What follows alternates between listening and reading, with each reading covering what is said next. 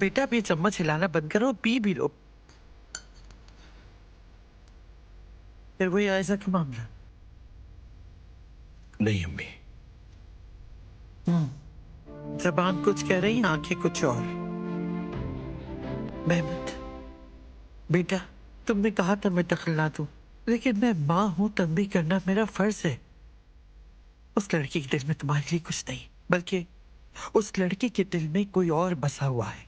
यूं खुद को बिला वजह तकलीफ मत दो। ऐसा नहीं है। आयजा को बस शादी से डर लगता है अम्मी, वरना उसको भी मुझसे मोहब्बत है। ठीक है, मान लिया। अगर वो मोहब्बत करती है तो फिर फिक्र किस बात की, अपने काम पर ध्यान दो। यूं गुमसुम मत रहा करो। ओह अम्मी आप भी ना। बस करते हैं अब। सच में बहुत हो गया। इंसान को सुबह शाम एक ही बात नहीं सुनाई जाती। सुनाई जाती, जब तक ना समझे सुनाई जाती।